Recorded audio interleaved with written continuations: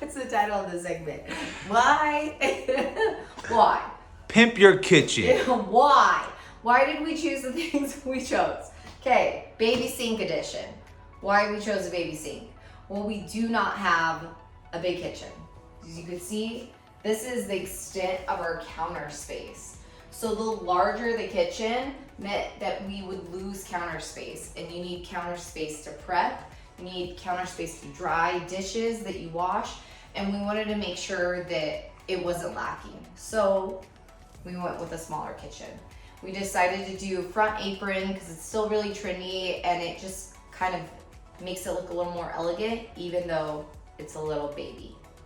Bada bing. So with any project we do, money is key. So we're always trying to find a good deal. Daniel found this stone first, this quartzite, and as you can see, it kind of has this like grayish blue detailing that was really pretty. So we wanted to choose a backsplash that would play off the blue tones in the countertop. And then we found this clay, I think it's clay. We gotta look it up. But it's a very expensive, thick tile, and it just went so beautifully with this countertop. I think we got it at like 70% discount on OfferUp or Facebook Marketplace, I can't remember, but you could just see how the colors play in together so well. As far as the color of finishes that we wanted, I love a champagne bronze. I just feel like it makes it elegant, but also going back to the countertop, there's these kind of warm gold tones, and the champagne bronze really plays nicely off of those tones. So it kind of ties everything together. What did we talk about? White canvas? Boo. They're the cheapest. And so again, going back to money, we did white, but fortunately we were able to find this dark blue, and I feel like the contrast just works really well together. Because space was limited in this house and we knew we wanted a washer and dryer inside so no one has to walk down the driveway to the garage to do laundry, this is what we came up with. So it's close to our back door. Daniel built this nice panel to kind of keep it hidden, but it's nice and open for ventilation because we've been told in the past that is very important with a washer and dryer inside the house. You don't want to put it behind a whole door because then it doesn't have the air to breathe. With this little wall here hiding our washer and dryer, we had some extra space, and it's like, what are we gonna do with the extra space? It's like, how about a cabinet to hide all the other things you need, like laundry soap and hand soap and rags, so it's easy access, it's not out, it's not ugly, you're still keeping your kitchen nice and pretty.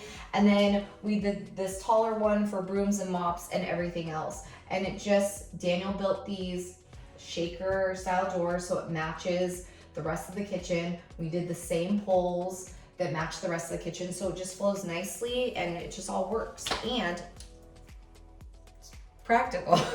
Okay, so this was our fridge. In the original kitchen, the refrigerator was here and there was a big wall. It was very closed off. So once we reconfigured and knew that we were gonna do the kitchen just on one side, we had the space and it was like, what could we do with it? This ended up being, although it's not here, our coffee bar.